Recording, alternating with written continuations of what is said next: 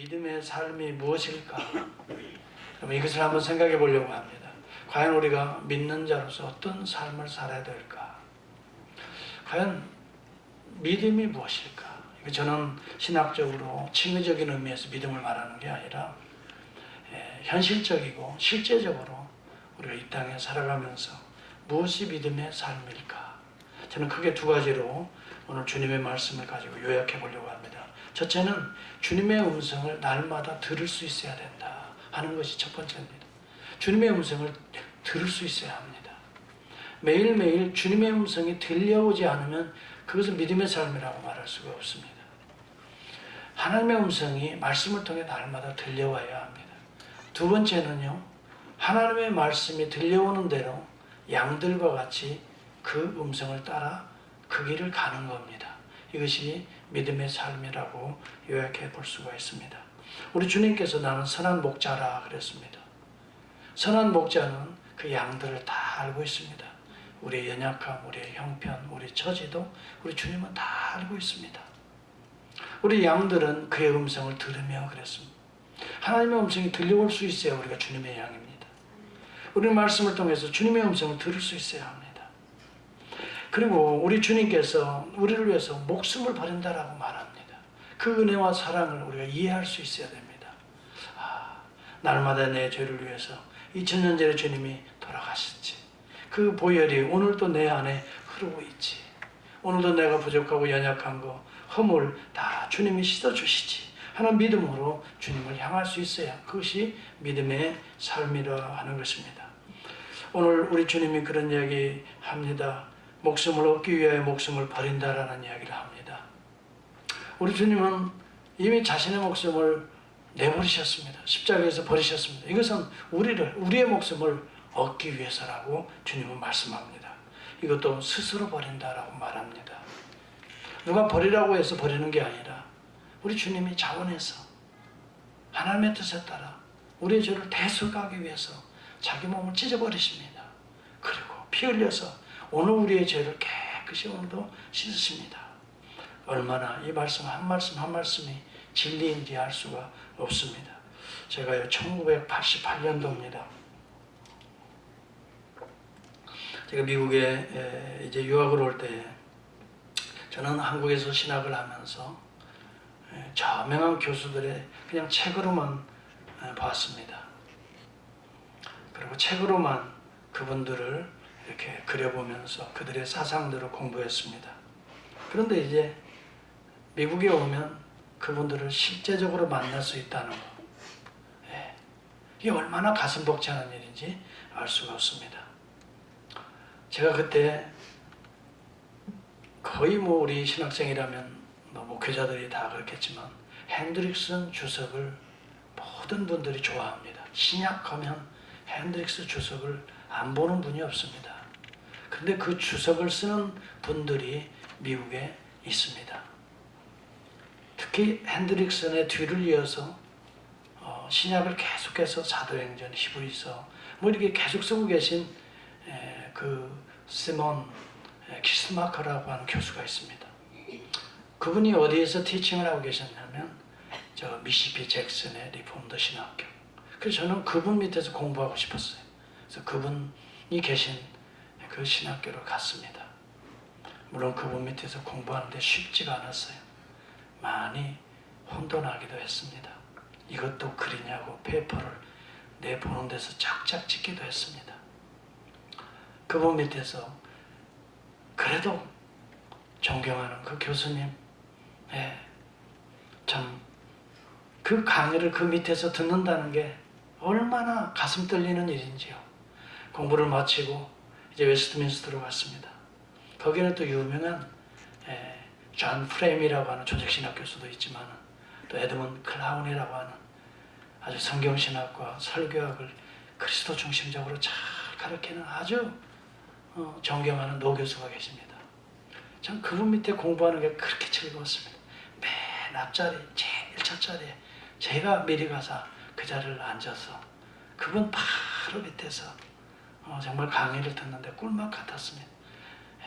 그래서 그것을 색연필로 그려가면서 칠해가면서 그렇게 그 강의를 열심히 듣고, 근데 그런 모습이 그 교수님도 감동이 됐는지 이 전초에 좀 나오라고 하더만 그 공책을 노트를 가지고 오라 보여주면서 이렇게 공부를 하려면 이렇게 해야 된다고 그런 일화도 있습니다만, 하여튼 참 그런 분들의 주옥 같은 내용들을 배우면서 또 그분들의 쓴 책들을 또 공부하면서 얼마나 좋았는지 모릅니다. 커버넌트에 공부하러 오면서 거기에도 아주 좋은 교수들이 있습니다만, 그때 젊은 교수였습니다만 지금은 이제 은퇴를 했습니다만 브라이언 채플 그때 총장이었습니다. 그분도 이 성경신학과 설교와 특히 크라이스트 센터드 프리칭이라는 책을 썼습니다. 허멘틱스를 썼습니다. 얼마나 참 귀한 분인지요. 그래서 설교는 이렇게 해야 된다 하면서 가르쳐 주는데요. 야, 그래서 그때부터 제가 지금까지 설교했던 내 모든 프레임, 틀을 완전히 허물었습니다. 아, 맞다. 성경을 이렇게 보고 예수 그리스도 중심적으로 이렇게 해석하고 이렇게 복음을 설교해야 진정한 설교다. 이런 것들을 배우게 됐습니다. 트리니티에 가보면 또 좋은 교수들이 있습니다. 거기는 헤셀 그레이브 선교학의 대가지요. 그리고 거기에는 또 상담 심리학의 아주 그 게리 코린스가 있고요. 캐드워드라고 하는 그 교육학의 아주 유명한 교수들이 있습니다. 그분들은 다 책을 통해서 한국에서 보았던 분들, 그분들 밑에서 공부하는 게 또 그렇게 즐거웠습니다. 좋았습니다. 그런데 제가 결론적으로 말씀드리고 싶은 건 이겁니다. 그분들이 한사코 주장하는 것이 뭐냐 하면은, 한마디로 말하면 그리스도 중심적인 해석, 그리스도 중심적인 상담, 그리스도 중심적인 설교, 그리스도 중심적인 구약, 그리스도 중심적인 신약, 그리스도 중심적인 선교학, 모든 것이 예수 그리스도의 중심적인 사고로 모든 것을 그 시각으로 봐야만이 성경이 제대로 보여지고 열려지고 들려올 수 있다. 한마디로 말하면 그리스도 중심적인 목회학이었습니다. 종합 학문이었습니다. 자, 그 유명하고 가슴 떨리는 교수들 밑에서 공부하는 것도 즐거운데 그들이 강조하는 예수 그리스도, 그분들은 한사코 모든 내용에서 그리스도만을 높입니다. 그리스도만을 이야기해요. 그분의 사역과 그분의 성품과 그분의 이 구속의 내용들을 계속해서 연결해서 신구약을 열든 어디를 열든 무엇을 가르치든 그리스도 중심적인 사고, 이것이 우리의 신앙생활이라는 걸 우리에게 가르쳐줍니다. 우리의 삶에 있어서 예배를 드릴 때는 예수님, 찬양할 때는 예수님, 기도할 때는 예수님 이름을 하지만 우리들의 삶에서요, 여러분, 예수 그리스도 중심적인 사고, 예수 그리스도 중심적인 대화, 예수 그리스도의 중심적인 그런 인간관계, 이런 것이 없다면 이건 믿음의 삶이 아니라 하는 것입니다. 이것은 인간적인 세상적인 관계는 맺어갈 수 있지만 적어도 이 영적인 믿음의 관계는 아니다 하는 것입니다. 모든 우리의 삶의 24시간에 움직이는 생각의 감정의 모든 이 역동적인 것들의 그 중심에 그리스도가 존재하는 것이야말로 이것이 믿음이다, 이것이 성도의 삶이다, 이것이야말로 신앙이다 하는 것을 말해주고 있는 것이죠. 예수 그리스도를 그러므로 2000년 전에 한번 만나봤으면 좋겠다. 저는 성지순례 가가지고요, 주님이 걸어 다니셨던 그 길을 저도 그대로 걸어봤습니다. 예루살렘에 들어가서 비아 돌로로사라, 주님이 십자가를 지고 가신 그 길들이 있습니다. 어디에서 엎드려져서 채찍에 맞은 곳도 있습니다. 그렇게 표시도 되어 있습니다. 그 주변에는 지금도 아랍 사람들이, 수도 없는 사람들이 장사하는 일에 바쁩니다만, 저는 그 길을 그 장사치들의 관심이 아니라 주님을 2000년 전에 생각하면서 그 길을 걸어가면서 주님의 옷자락이라도 한번 만져봤으면 하는 심정으로, 주님이 어떤 마음으로 이 길을 걸어갔을까. 베데스다라고 하는 연못이 있습니다. 거기서 주님이 38년 된 환자를 고쳤다라고 하는 그것을 연상하면서 주님이 어떤 심정으로 어떻게 그 영혼을 봤을까. 수많은 많은 환자 가운데 어떻게 그 38년 된 환자를 접촉하셨을까 하는 마음으로 주님이 태어났던 베들레헴도 가봤습니다. 그때 많은 사람들은 어떤 모습으로 아기 예수를 보았을까. 참으로 시간 주님을 묵상하면서 때로는 눈물이 나고 또 그 주님의 옷자락이라도 만지고 싶은 심령으로 주님이 밟았던 그 길을 같이 밟아본 기억이 있습니다. 그런데 자 보십시오. 똑같이 지금 2000년 전에 그 주님이 나타나셔서 유대인들에게 지금 그 주님이 직접 말씀하는데 얼마나 멋있는 말씀을 합니까? 주님이 한마디 한마디는 정말 정말 놓치고 싶지 않은 이야기들을 주님은 계속해서 던져주고 있잖아요. 그런데 사람들은 뭐라고 말을 하죠? 저가 미쳤도다. 그렇게 말합니다.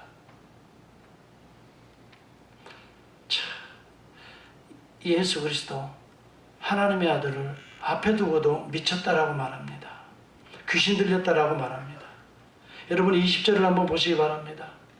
뭐라고 말합니까? 그 중에 많은 사람이 말하되 그가 귀신 들려 미쳤거늘 어찌하여 그 말을 듣느냐 그렇게 말합니다. 오늘 적어도 우리가 귀신 들렸다라고는 생각 안 하실지 모르지만은 적어도 예수의 말씀에 별로 그렇게 감동이 없다면 동일한 소위 말하면 예수 그리스도의 이 놀라운 말씀들을 다 놓쳐버리기가 쉽다는 것입니다.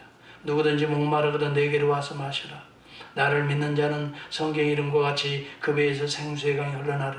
이런 이야기를 누가 할 수 있습니까? 그 어느 누가 그런 얘기를 할 수 있습니까? 아무나 이런 얘기를 했다가는 여러분 많은 사람들이 몰려오면 그 사람들에게 어떻게 영혼의 생수를 줄 수 있습니까? 오직 영혼의 생수 되신 예수 그리스도이기 때문에 당당하게 그들에게 말하는 것입니다. 요한복음 7장에 그런 얘기는 37, 38절입니다. 그리고 내 교훈은 나의 것이 아니고 나를 보내신 아버지의 것이니라 라고 16, 17절에 말합니다. 그랬더니 사람들이 무리들이 대답하되 그때도 마찬가지 요한복음 7장에도 똑같이 얘기합니다. 귀신 들렸다 그렇게 말합니다. 여러분 요한복음 8장에 12절에 보면 나는 세상의 빛이니 그렇게 말합니다. I am the light of the world. 얼마나 귀한 말입니까? 빛이 아니면 그런 얘기했다가는 큰일 납니다. 아무나 할 수 없는 얘기 아니겠어요? 이것은 나는 세상의 빛이라는 말을 제가 할 수 있겠어요? 우리 장로님이 그 얘기 진짜로 조금 이렇게 생각할 겁니다. 근데 예수님이니까 빛이니까 그 얘기하는 거예요. 나는 세상의 빛이니 나를 따르는 자는 어둠에 다니지 아니하고 생명의 빛을 얻으리라. 주님이 그렇게 말씀해. 진리를 알지니 진리가 너희를 자유케 하리라. 계속해서 이야기합니다. 베리타스 보스 리베르테. 여러분 이 말이 얼마나 유명한 말이냐면 웬만한 대학에 가면 전부 다 이 말들이 쓰여 있습니다. 베리타스 보스 리베르테. 진리를 알지니 진리가 너희를 자유케 하리라. 2차 대전을 여러분 발발하게 했던 히틀러도 이 말을 싹 꼬아서 이야기를 합니다. 아르바이테 마하트 프라이. 좀 바꿨습니다. 이 독일어로 뭐라고 말합니까? 노동이 너희를 자유케 하리라. 폴란드의 아이스비츠에 가면 그 정문에 그렇게 쫙 이렇게 있습니다. 주님의 말씀을 이렇게 왜곡해서 말을 합니다. 우리 주님은 그런 이야기를 던져줌에도 불구하고 진리 아니면 진리라는 말을 할 수가 없습니다. I am the truth 아니면 누가 진리라고 말할 수 있습니까? 나는 길이요 진리요 생명이기 때문에 주님이 그렇게 말씀하시는 거예요. 하나님의 선언을 하고 계신데 사람들은 그렇게 말을 하지 않습니다. 진리를 너희에게 말한 나를 너희들이 오히려 죽이려 하는도다. 아브라함은 이렇게 하지 아니하였느니라 이렇게 말합니다. 그런데도 그 사람들은 그렇게 말합니다. 아니 아브라함 시대에 네가 있었어? 그렇게 말합니다. 우리 주님은 말합니다. 아브라함이 나기 전부터 나는 계속 있어 왔느니라 라고 말합니다. 그들은 듣지 아니합니다. 오히려 아브라함 조상을 못 오겠다고 돌로 치려고 합니다. 그러면서 그들은 이렇게 말합니다. 유대인들이 가로되 우리가 너를 사마리아 사람이라 또는 귀신 들렸다는 말이 옳도다라고 말합니다. 사마리아 사람이라고 예수님을 말합니다. 여러분, 사마리아 사람은 원래 유대인들이었는데 이방인들과 피를 섞었습니다. 그렇기 때문에 이방인들은 귀신의 사람들이라고 그들은 판단합니다. 그러니 결국은 사마리아 사람들은 귀신 들린 사람이라는 또 다른 말인 것입니다. 그래서 예수를 사마리아 사람이라 또는 귀신 들렸다는 말이 맞지 아니하냐, 그렇게 예수를 말하고 있는 것입니다. 주님은 그렇게 말합니다. 어찌하여 내 말을 깨닫지 못하느냐. 너희는 너희 마귀에게서 났으니 마귀의 프레임을 가지고 내 말을 판단하고 생각하는도다. 하나님께서 난 사람은 하나님의 프레임을 가지고 하나님의 말씀을 들을 수 있나니 듣지 아니하면 하나님께 속하지 아니함이라. 그렇게 요한복음 8장 47절에 말합니다. 이것이 프레임의 이론입니다. 여러분, 사람들이요, 사람의 말과 커뮤니케이션 할 때 그 사람이 가지고 있는 프레임이 원래 있습니다. 이 자기의 생각의 구조를 가지고 다른 사람의 말을 해석하고 판단하기 때문에 그 프레임이 깨지지 않는 한 정상적인 진리를 알 수가 없다는 것입니다. 이것을 우리는 선입견이라고 말합니다. 사람들이 대부분 선입견이 있으면 그 선입견을 가지고 사람들을 판단합니다. 아무리 그 말을 해도 이래서 저 말을 하겠지라고 스토리를 또 쓰는 것입니다. 그림을 또 그려내는 것입니다. 이게 프레임의 이론입니다. 유대인들이 예수님이 아무리 진리를 선포하고 메시아이심을 말씀해도 자기들이 가지고 있는 프레임이 있습니다. 저는 갈릴리 사람, 교육도 받지 아니한 사람, 그리고 목수의 아들이라고 하는 프레임 구조가 있습니다. 아무리 얘기해도 그 구조로 그를 봅니다. 그럼에도 불구하고 이상하게 랍비들이 하지 못하는 얘기들을 하거든요. 그래서 귀신 들렸다는 것입니다. 뭔가 귀신이 그런 능력과 기적을 행하게 하고 그런 말을 하게 한다는 것입니다. 이게 프레임이 깨지지 않기 때문에 그렇습니다. 이 말은 무슨 말입니까? 저들이 마귀의 프레임을 가지고 있기 때문에 하나님의 프레임을 이해할 수 없다는 것입니다. 여러분, 제가 얼마 전에요,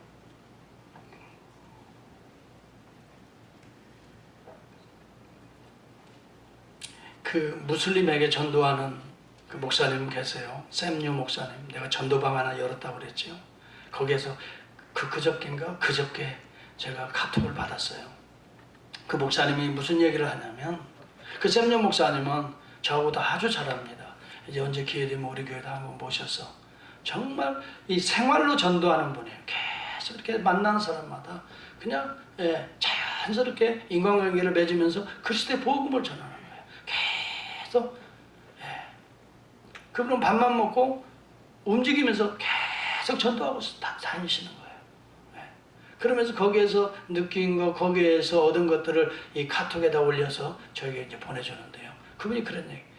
그제 자기가 잘 아는 이집트 출신의 그 무슬림 자매하고 대화를 하게 됐는데 그 자매가 이런 얘기를 전해주더라는 거예요. 자기 지역에 살고 있는 한 잘하는 자매가 엊그제 자기 아버지한테 완전히 칼로 그 조각이 나서 산산조각이 나가지고 그렇게 피살을 당해서 경찰에 자수를 해서 갔다는 그런 스토리를 이야기하더라는 거예요. 그래서 깜짝 놀라서 아니 어떻게 해서 그 아버지가 그 딸을 그렇게 죽일 수가 있냐고. 그랬더니 이 무슬림 이 자매가 결혼을 해가지고 한마디로 소박을 맞은 거예요. 그래서 자기 집에 다시 돌아오게 됐어요. 근데 이 아버지 입장에서는 이 이혼을 당하고 자기 집에 다시 들어가서 가문의 명예를 어떻게 해요? 부끄럽게 만들었다는 거예요. 그래서 너는 가문의 명예를 부끄럽게 했으니 죽어마땅하다. 그래가지고 세상에 그 딸을, 자기의 딸을 그렇게, 여러분 사랑하는 자기의 딸보다 가문의 명예를 더 소중히 여기는 거예요. 이게 무슬림들의 특징이에요. 예. 무엇이 귀신 들린 겁니까? 무엇이 여러분 성령의 인도함을 받는 것입니까?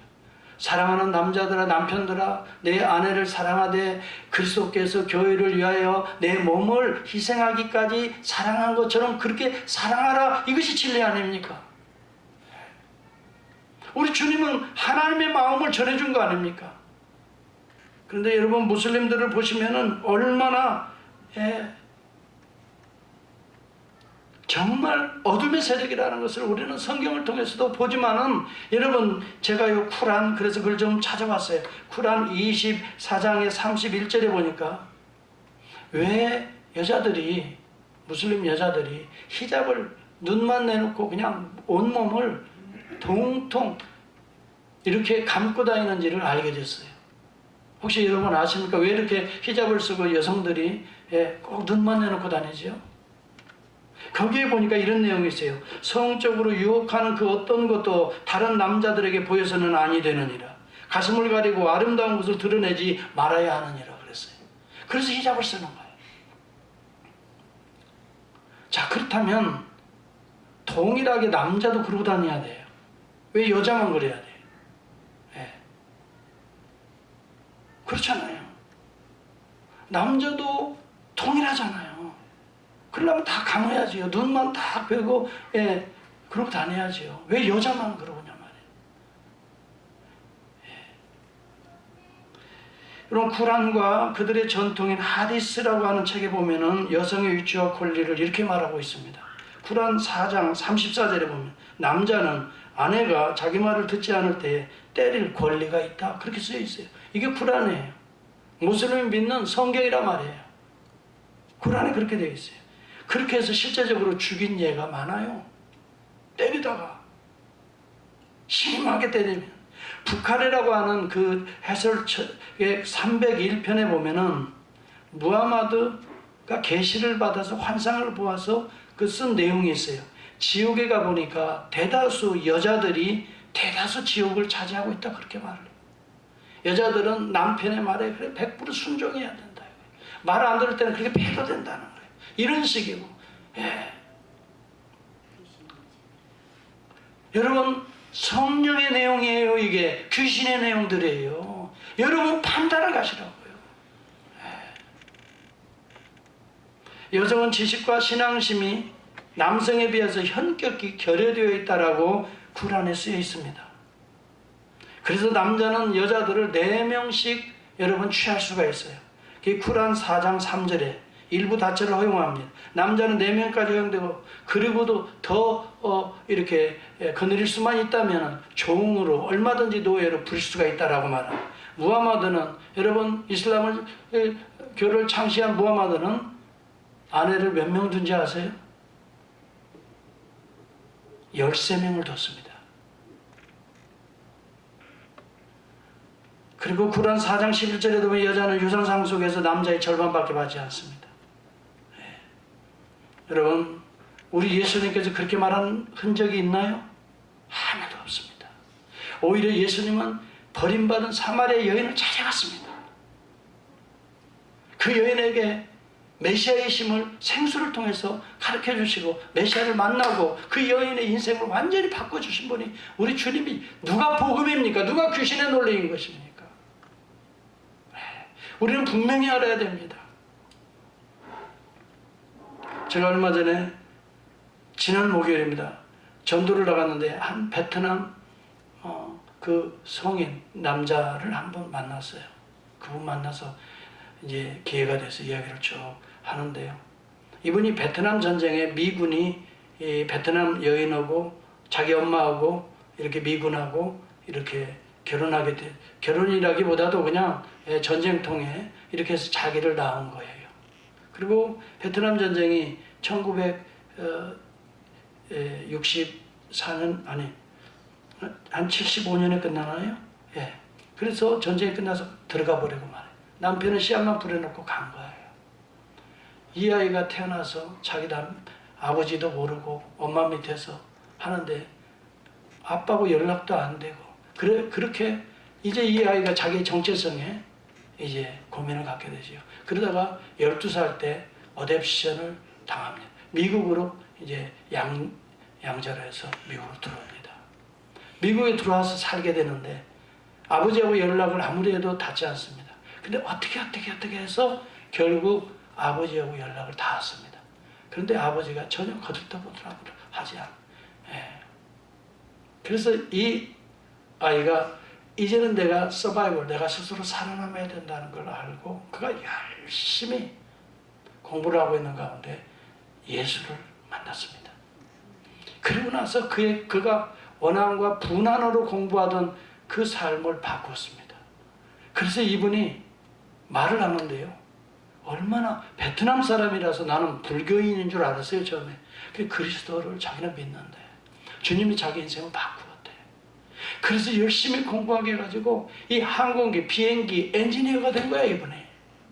그래서 엄청나게 좋은 레벨에서 지금 그분이 타고 온 차를 보니까요, 스포츠카가 이 보통 좋은 차가 아니에요.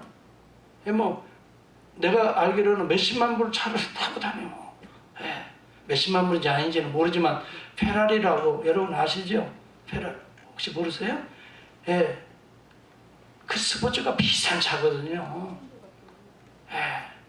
그거 나중에 서로 인사하고 가는데요. 나보고 명함을 좀 달래. 그래서 내가 명함도 줬어요. 그러면서 자기는 이제는 주님만 의지하고 살아간다는 거예요. 자기의 부모는 이제 없다는 거야. 주님밖에 없다는 거야. 그래서 베트남 교회를 나가냐고. 베트남 교회를 나간대. 그래서 베트남 교회가 어디 가냐고. 엘카운에 있대. 자기가 사는 데는 지금 코로나도에 사는데 엘카운에 나간다는 거야. 그래서 내가 열심히 신앙생활을 하라. 내가 막 그 이야기를 쭉 듣는데 막 눈물이 나더라고. 여러분, 민족은 다르고 언어는 다르고 우리가 상처를 입고 아무리 해도 괜찮아요. 우리 인생에는 그런 상처, 얼룩투성일 수도 있어요. 그러나 예수를 만나고 나의 선한 목자 대신 주님을 만나고 그의 음성을 들을 수 있다면 우리는 주님을 따라서 순종하여 따라가며 들어오며 나가며 무엇을 얻냐면 꿀을 먹게 되는데, 생명의 꿀을 먹게 되는데, 그 꿀을 먹으면 생각이 바뀌어지고 여러분 원통함이 바뀌어져서 이제 그분을 자기가 돌봐야 되겠다고 하는 생각을 갖게 됐어. 그랬는데 2년 전에 그 아버지는 돌아가시고 어머니는 지금 베트남에 있어서 어머니를 지금까지 계속 돌보고 있다는 거예요. 지금도 매달 얼마씩을 보낸다는 얘기까지 하더라고요. 그리고 초청을 해서 여기 와서 지난번에도 2달 살고 또 가셨다는 거예요. 그리고 엄마도 이제 리메리지 해서 재혼을 해가지고 거기서 사신다는 거예요. 베트남에 사시고 그러면서 그런 얘기를 해요. 사랑하는 성도 여러분, 정말 주님의 양들은 주님의 음성을 듣는 특징이 있는 줄을 믿습니다. 들려오는 것입니다. 주님이 그 영혼을 부를 때 거기에 아멘하고 응답한 것입니다. 이것이 주님의 양이란 증거라니까요.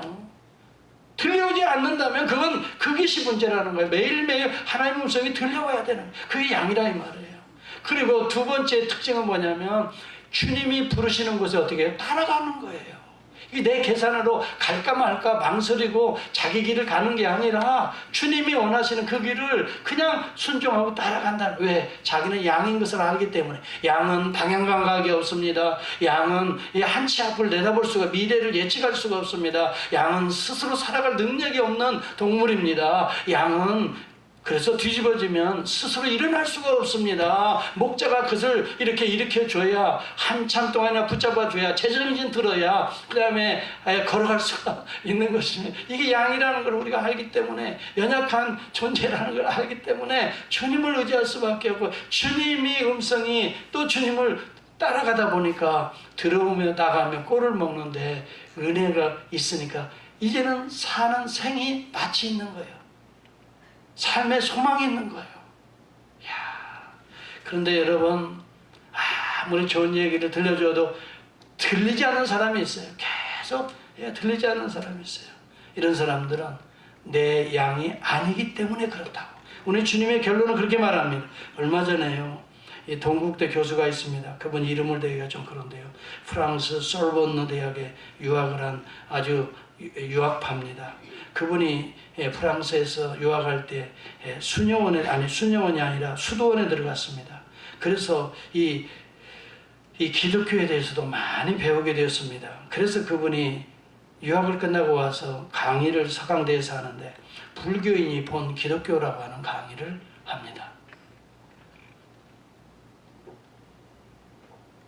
불교인들이 볼 때는 창세기 1장부터 의심을 한다는 거예요.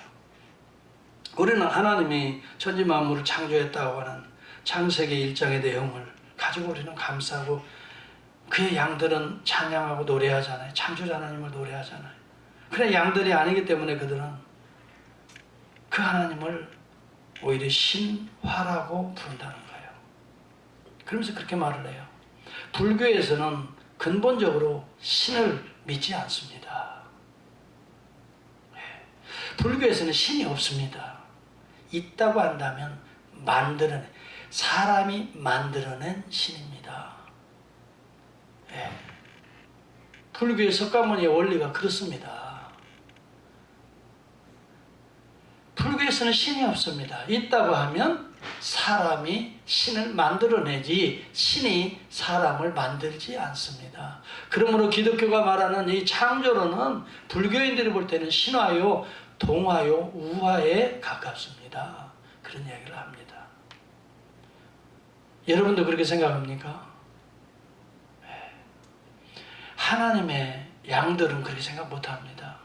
하나님이 말씀으로 가라사대, 여호와께서 가라사대 빛이 있으라 하시니 빛이 있으니 말을 듣게 된다는 것이 우주 만물이 듣는 것입니다.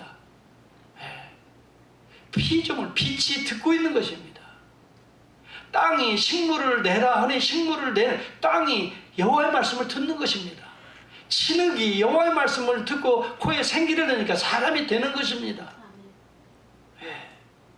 이것은 오늘도 목자 되신 우리 하나님께서 우리 주님께서 우리에게 말씀하시고 우리도 그대로 믿을 수 있다면 들을 수 있다면 여러분은 주님의 양이 된 줄을 믿습니다.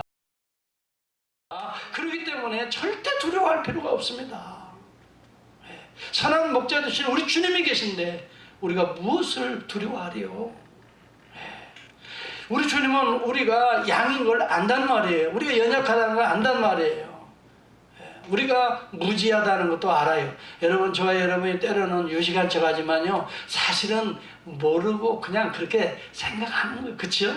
완벽하게 아는 건 없어요, 이 세상에. 우리가 알 수 없어, 미래를. 뭐 나름대로 한국과 미국이 더 북한이 뭐 중국이 뭐 일본이 뭐 이런저런 얘기, 그냥 우리가 그저 우리의 생각을 말하는 것이지 그게 완벽한 지식은 아니잖아요. 그렇지만 우리 하나님께서는 다 알고 계시잖아요. 그러니까 주님을 믿고 의지하고 기도하고 나가는 것밖에 없어요. 우리의 미래는 주님께 달려있는 거예요.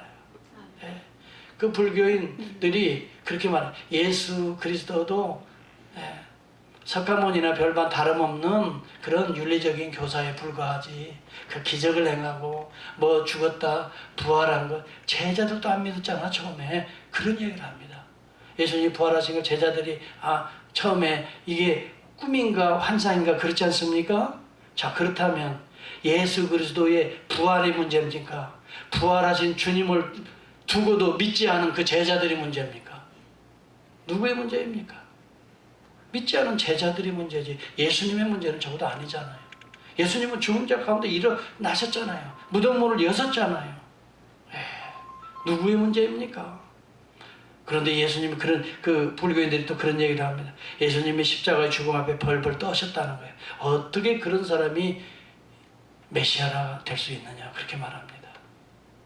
죽음 앞에서 벌벌 떨었다는 장면이 겟세마네 동산에 기도를 가지고 주님 할 수만 있다면 이 잔을 내게서 지나가게 해달라는 말을 그냥 무서워서 벌벌 떨었다는 걸로 얘기해요.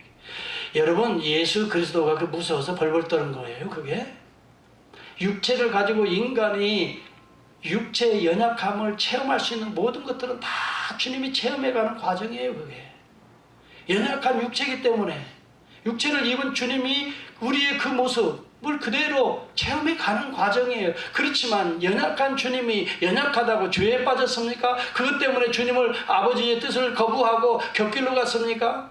우리 주님은 연약한 육체를 가지셨지만 죄는 범치 아니하셨다고 히브리서 4장 15, 16절에 말하고 있잖아요. 그러므로 인하여 오히려 예수 그리스도의 그런 모습들이 우리에게 소망이 된다는 거예요. 그게 연약한 우리에게 오히려 소망이 된다는 거예요.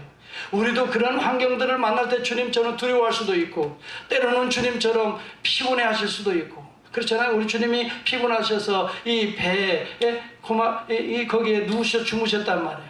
때로는 우리 주님이 죽음 앞에서, 나사렛 죽음 앞에서 슬퍼하시며 우시기도 하셨어요. 때로는 우리 주님이 성전을 이렇게 회방하고 있는 어리석은 바리새인들을 향하여 분노하셨단 말이에요. 그래서 채찍을 만드시기도 하시고 상을 엎으시기도 하시고, 이러한 주님의 모습들을 우리는 성경을 통해서 보고 있잖아요. 때로는 배가 고프시기도 하시고, 때로는 피곤하셔서 물 좀 마시고 싶어서 물 좀 달라고 요구도 하시고, 우리 인간의 육체의 연약함을 우리 주님이 다 체험하시고 계시는 그것들이 왜 우리에게 위로가 되고 소망이 되느냐? 바로 오늘 우리의 모습 그대로를 우리 주님이 겪어 보시면서 말하기를, 그런 연약한 그분이 어떻게 해서 구속을 이루시는가를 주님이 보여주셨다는 거예요. 주님이 연약하기 때문에 오히려 새벽 미명에 기도하셨고, 주님이 약하시기 때문에 성령을 의지하셨고, 그래서 기도하실 때 성령에 의지하여서 우리 주님이 이런 유혹들을 물리치셨고, 그러므로 우리가 연약한 우리들이 연약하신 주님의 그 모습이 어떻게 이겨내시는가를 우리가 보면서 우리 오히려 위로가 되고 소망이 된다는 거예요. 나도 이겨낼 수 있다. 나도 할 수 있다. 우리 주님도 저런 환경에서 넉넉하게 이기시는데 나도 할 수 있다, 주님 안에서. 그래서 필립 얀시가 그런 이야기를 합니다. 내가 알지 못했던 예수라고 하는 책이 있습니다. 그래서 예수의 연약함을 거기에 아주 잘 묘사하고 있습니다. 예수님도 고통당할 때 나와 비슷한 반응을 하셨다는 사실이 오히려 이상하게도 나에게는 위로가 된다 그랬어요. 무슨 얘기 아시죠?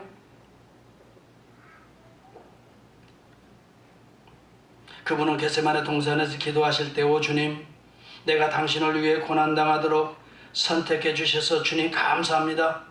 그런 특권을 내게 주셔서 너무 기쁩니다. 그렇게 기도하지 아니하셨다. 오히려 슬퍼하며 두려워하며 버려진 느낌을 고백하고 절망의 모습도 고백하고, 그러나 그렇게 서서히 몰려오는 처절한 감정을 그대로 고백하시면서도 끝까지 아버지의 품으로 나아가는 그 모습을 보여주고 있다. 그렇게 말했어요.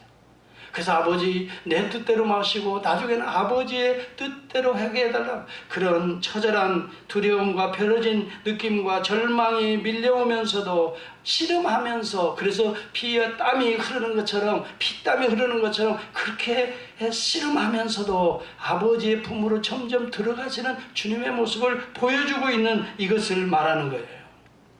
필립 얀시는 그렇게 말합니다. 예수님도 육체를 가지신 연약한 분이셨기에 더욱 깨어서 새벽에 기도하셨고, 밤이 맞도록 기도하셨고, 울면서 기도하셨고, 내 뜻을 꺾고 아버지의 뜻대로 이루어지게 해달라고 몸부림치며 기도하셨고, 한 번도 육신의 종노릇 하지 아니하시고 아버지의 품으로 들어가시는 우리 주님의 모습이 나에게 그렇게 위로와 소망이 된다. 그렇게 그 책에 기록되어 있어요. 여러분, 우리가 육체의 연약함이 없는 게 아닙니다. 믿음이 있다고 해서 여러분 대단하게 강한, 그리고 아주 이제 다 된 것이 아닙니다. 우리는 날마다 연약한 존재로 살아갑니다. 이렇게 예배를 드릴 때는 힘도 나고 아멘 하지만, 또 갑자기 어떤 문제를 당할 때는 절망하기도 하고, 때로는 마음이 상하기도 하고, 때로는 우리 육신도 피곤하기도 합니다. 그런데 그때마다 우리는 주님을 바라볼 수 있다는 것입니다. 여러분, 피곤할 때, 어려울 때, 답답할 때 우리의 소망은 주님이십니다. 주님을 바라보면 거기에서 이 어려운 때 우리 주님이 어떻게 극복해 나가신가를 보면 우리에게 소망이 있다.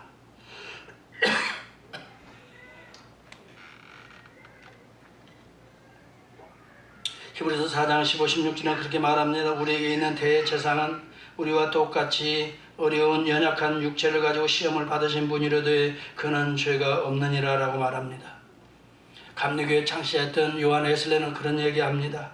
거듭난 신자라면 어린 신자라 할지라도 반드시 죄를 이길 수 있다라고 말합니다.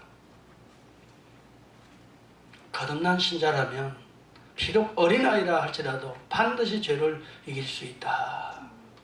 성령이 이기게 하신다. 그러나 여러분, 거듭난 신자라도 어쩌다 우리는 성숙한 신자라도 죄를 지을 수도 있다. 그러나 그런 연약한 존재이기 때문에 오히려 그 연약함을 인정해야 된다.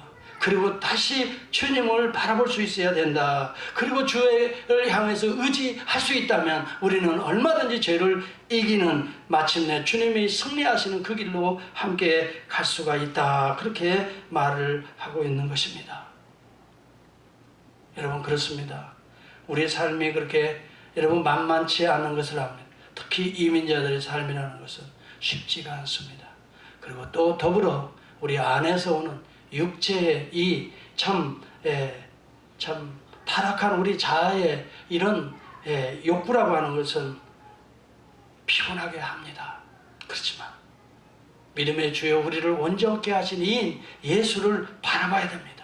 그래야 우리가 예수와 함께 그 어려운 절망의 과정을 이기고 또 이기고 마침내 보좌의 우편에 앉을 수가 있다는 것입니다. 여러분, 기독교의 사랑에 대해서 그분도 이야기합니다. 기독교가 사랑의 종교라고. 그것이 기독교의 전유물이 아니라는 것이죠. 불교에도 자비가 있다는 거예요. 유교에도 인이 있다는 거예요. 그러나 나는 그분에게 이야기하고 싶어요. 그러나 불교의 누가, 유교의 그 어느 누가 내 죄를 대속하기 위해서 자기 몸을 찢고 보혈로 흘려준 자가 있는가? 이것은 오직 예수 그리스도 외에는 없다는 거죠. 대속에 피 흘린 자는 예수 외에는 없습니다. 이것이 불교와 기독교, 다른 종교와 기독교의 유일한 다른 점인 것입니다. 여러분, 인간 스스로가 죄를 극복할 수 있는 자는 이 세상에 아무도 없습니다. 오직 내 죄를 대속하신 그리스도의 대속의 피, 그 공로로 말미암아 우리는 구속의 은혜를 누릴 수밖에 없는 거예요. 여러분, 우리가 분명히 알아야 됩니다. 우리의 삐뚤어진 이 프레임을 완전히 망가뜨려야 됩니다. 우리는 그것이 다라고 생각해서는 모든 상황을 그렇게 보기 쉽습니다. 그리고 심지어 예수 그리스도의 복음의 진리까지 귀신 들렸다라고 말할 수 있습니다. 우리의 이 삐뚤어진 여러분 이 프레임을 깨버리고 하나님이 주신 은혜의 프레임으로 모든 것들을 보시면 모든 것이 하나님의 은혜와 섭리 가운데 움직여가고 있는 것이 보여질 줄을 믿습니다. 오늘 여기 온 것도 하나님의 은혜인 줄을 압니다. 아니, 내가 운전해서 왔는데요. 그러면 교통사고로부터 막아주신 하나님의 은혜는 어디 있습니까? 수도 없는 교통사고가 일어납니다. 내가 잘 밥 먹고 잘 저거 했는데요. 아니, 그러면 오늘 소화불량 안 되게 하나님께서 모든 소화를 이렇게 모든 기관들을 우리에게 이렇게 아름답게 잘해서 건강을 유지하게 하나님의 은혜는 어디 있는 것입니까? 내가 땀 흘려서 내가 다 돈 벌어서 이렇게 살았지요. 그렇다면 그런 모든 환경과 여건을 유지시켜준 하나님의 은혜는 어디 있는 것입니까? 여러분, 우리의 프레임, 생각의, 사고의 이 고백의 프레임 자체가 예수 그리스도가 될 수 있기를 주의 이름으로 축원합니다. 그럴 때 모든 것이 은혜로 보여지게 되는 것입니다. 사랑으로 보여지는 것입니다. 그때 보혈이 흐르게 되는 거예요. 용서로 그 사물이 보여지는 것입니다. 이해로 보여지는 것입니다. 우리의 프레임이 여러분 그리스도의 복음의 프레임, 그리스도의 프레임이 될 수 있기를 축복합니다. 그때 여러분 우리가 예수 그리스도의 양이 되어서 주님의 말씀대로 순종하면서 모든 일들을 그렇게 풀어갈 수가 있게 되는 것이지요. 여러분, 제가 한번 이야기를 들어볼게요. 우리가 이렇게 사람들이 볼 때요, 선글라스를 낍니다. 선글라스 끼죠. 어떤 분들은요, 새까만 색깔의 선글라스 낍니다. 어느 분들은 갈색 계통을 낍니다. 그 어느 분은요, 또 빨간 계통의 그런 선글라스도 내가 봤습니다. 자, 그런데 그 선글라스를 낀 사람이 바깥에 나가가지고 자기는 빨간 색깔을 안경을 꼈다고 해서 사물들을 빨갛게 보고 있습니까? 빨갛게 보나요? 그냥 정상적으로 보나요? 근데 질문할게요. 자, 새까만 안경을 껴서 모든 게 막 깜깜하게 보입니까? 갈색을 끼니까 모든 게 다 갈색으로 보입니까? 천만에요. 다 나름대로 다 보고 다 환하게 보고 동일하게 보고, 그러나 그분이 까만 안경 아니면 갈색 안경, 빨간 안경을 끼고 있다는 것은 다른 사람이 보는 겁니다. 자기는 자기의 프레임을 모릅니다. 그렇기 때문에 이게 중요하다는 것입니다. 우리의 삶에 자기는 검은 안경을 끼고 보기 때문에 자기는 괜찮다고 말합니다. 그러나 다른 사람, 저 사람이 검은 안경을 끼고 있구나, 저 사람이 빨간 안경을 끼고 갈색의 안경을 끼고 있구나를 알게 되는 것입니다. 우리에게 사고의 프레임, 감정의 프레임, 이것들이 그리스도 중심적으로 바뀌어질 때 우리는 주님의 음성이 들려오고 또 주님의 음성을 따라갈 수 있는 주님의 양이 될 줄을 믿습니다. 여러분, 여기 본문에도 보면 결론은 이것입니다. 너희가 내 양이 아니므로 믿지 아니하노도다 라고 말합니다. 양이 아닌 사람은 무슨 이야기라도 들려오지 않습니다. 세상의 음성을 듣고 그리 따라가게 됩니다. 자기의 이 타락한 자의 음성을 듣고 그렇게 말하게 됩니다. 주님의 양은 주의 음성을 듣게 됩니다. 그리고 주를 따른다고 말합니다.